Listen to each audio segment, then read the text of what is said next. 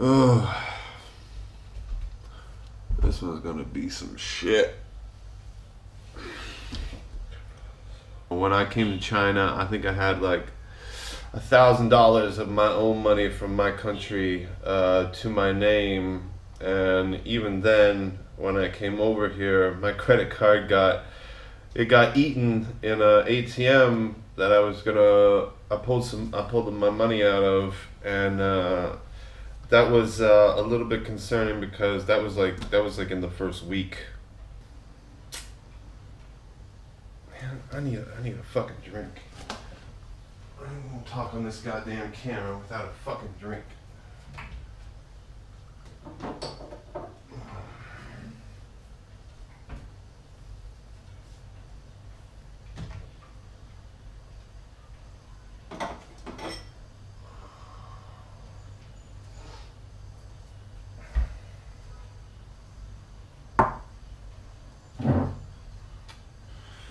Oh, this is one of my favorite Baijos. I think it's called Yonghe, or yeah, Yonghe Dao Chu, Yonghe Dao Chu. So I'm just gonna pull this up.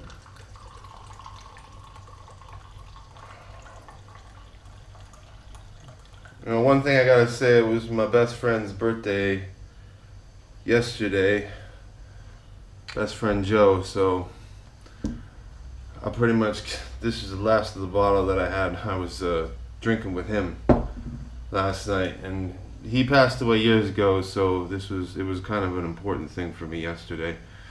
Marrying into money in China. Let's go with the ups and the downs. So, ups and downs. I think I'm gonna go with the downs first. We're gonna go with comparing.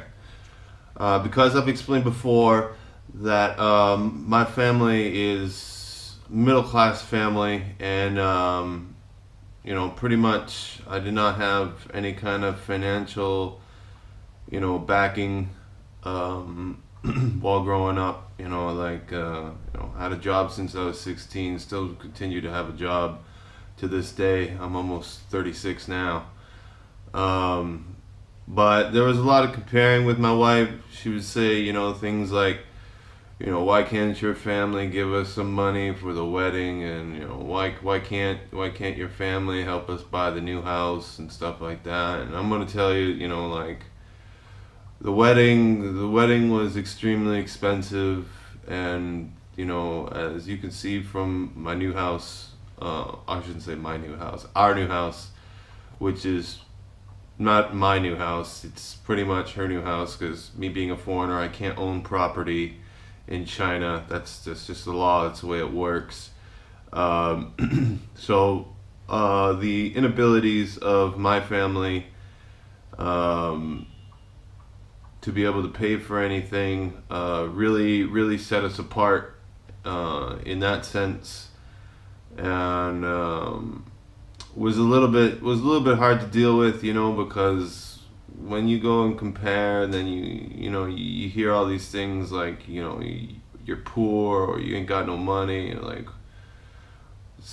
other more harsher comments than that, which I'm not going to really get into. It's a little bit disconcerting. It kind of puts a different kind of mentality in your head, and and so I just tried my best, try to work with it, try to help out as best as I can, and eventually, the reasoning or the compromise kind of came into play.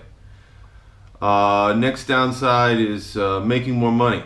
Now, all foreigners, when they come to China, they're usually tied into a contract, and the contract usually comes with a visa, and that visa will not allow you to work in multiple places to earn multiple different amounts of money.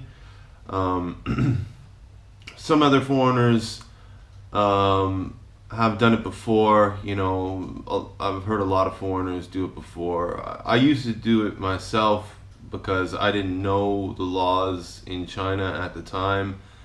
So I stopped doing it as soon as I found out what was going down. I put the brakes on that, and you can find out more information about this with the Churchill Customs video on what is it, the white monkey jobs. I think he called it white monkey jobs or whatever it is. So it's just like multiple things that you can do in China and just earn some extra money here and there.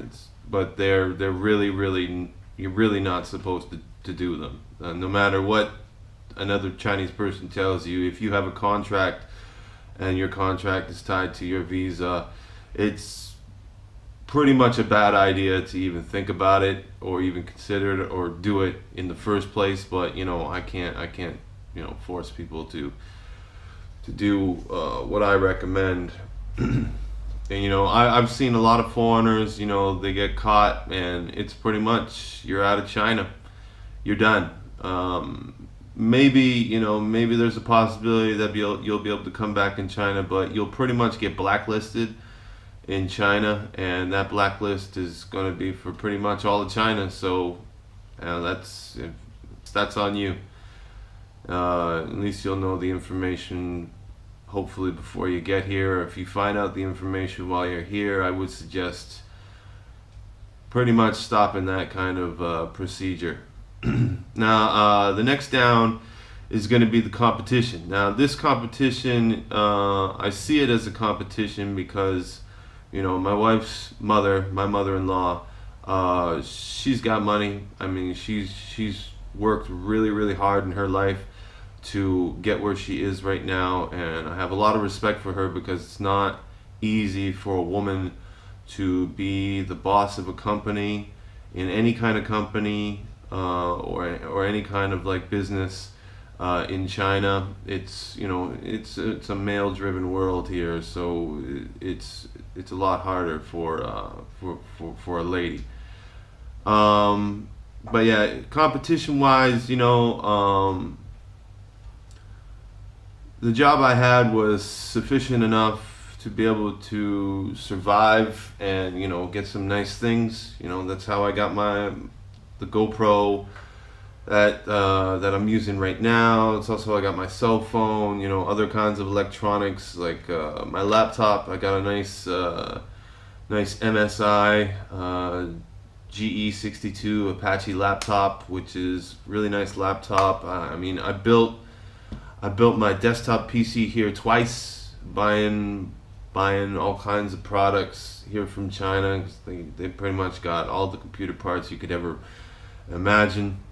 And but being in competition with my mother-in-law, she's got the bank to do it, and she's holding all the cards. And I think as myself compared to her, I'm probably the jokers in the deck, because like most people don't play with the jokers in the deck when they play some card games. So I'm pretty much out of it.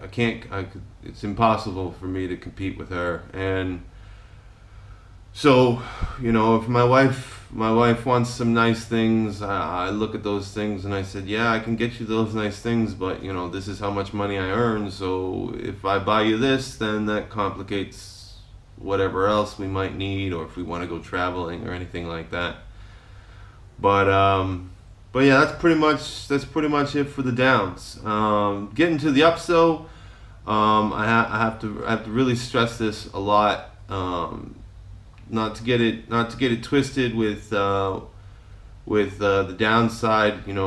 My Chinese family, especially my mother-in-law and my wife, they can be very, very generous, and they have been very, very generous over the years. And they really do care about the way I look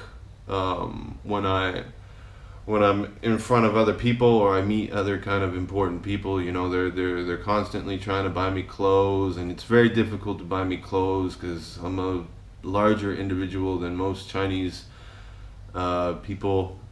I'm not not the largest, but I will say one of the largest, and my proportions are a little bit different compared to other Chinese males. And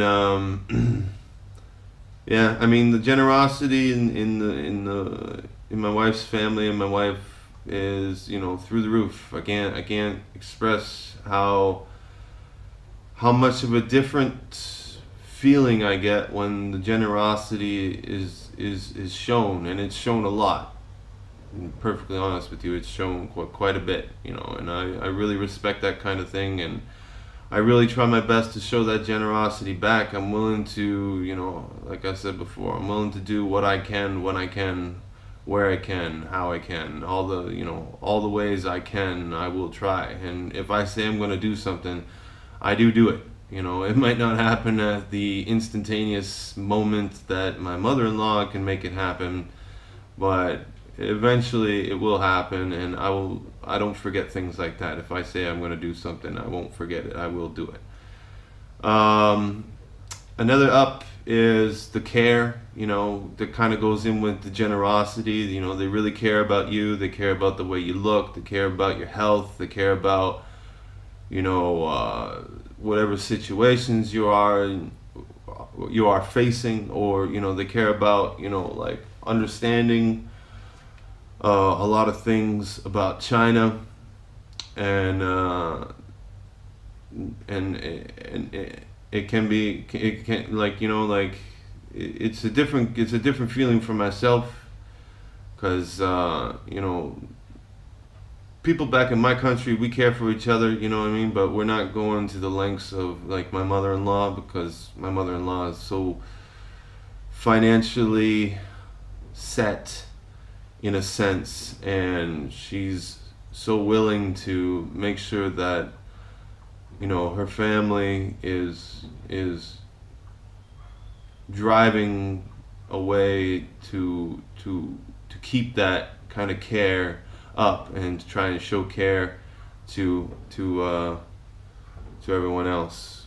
You know what I mean? And then like for help, I'm gonna say, in my experience is like 95% of the time I get a lot of help from my wife, whenever it comes down to purchasing things in China. She's gonna tell me, not to go, what shops to go to, what shops to look out for.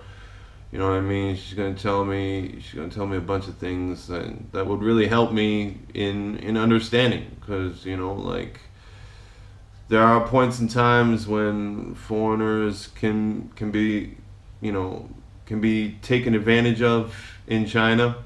Not a lot of times, I'm not gonna say that, but it does happen. It's not like a reoccurring thing. It's not like everywhere you go. There's no need for the paranoia. And if I'm gonna tell you, if you're a paranoid person and you wanna do a trip to China, I'm gonna tell you to throw that paranoia right out the door, because that ain't gonna work. You're gonna find yourself up against the wall, and you're not gonna get much help unless you know somebody that's able to get you out of a jam. I would suggest get rid of that goddamn paranoia, because that shit don't fucking fly here. But help wise, like I said, 95% of the time my wife has been very, very helpful, and her mother has been very, very helpful, and lots of the family members that's in my wife's family, they've also been very, very helpful in many, many aspects that I've experienced through my time here in China. And that's pretty much all I have to say about it. I mean? Like, it's something that if you get into and you're going to experience it. I'm just trying to tell you the experience that I've had in my life while being in China, and that's over 6 years. I mean, me and my wife, we've been married. We will be married for 6 years coming this September 14th at about 3:30 in the afternoon. So there's a lot of things that you got to worry about.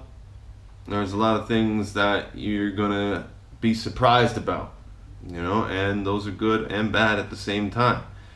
But yeah, so I'm gonna end the video here. Thank you very much for watching. If you like or subscribe my video to my videos, thank you very much. I really do appreciate it, and I'm just gonna keep doing what I'm doing.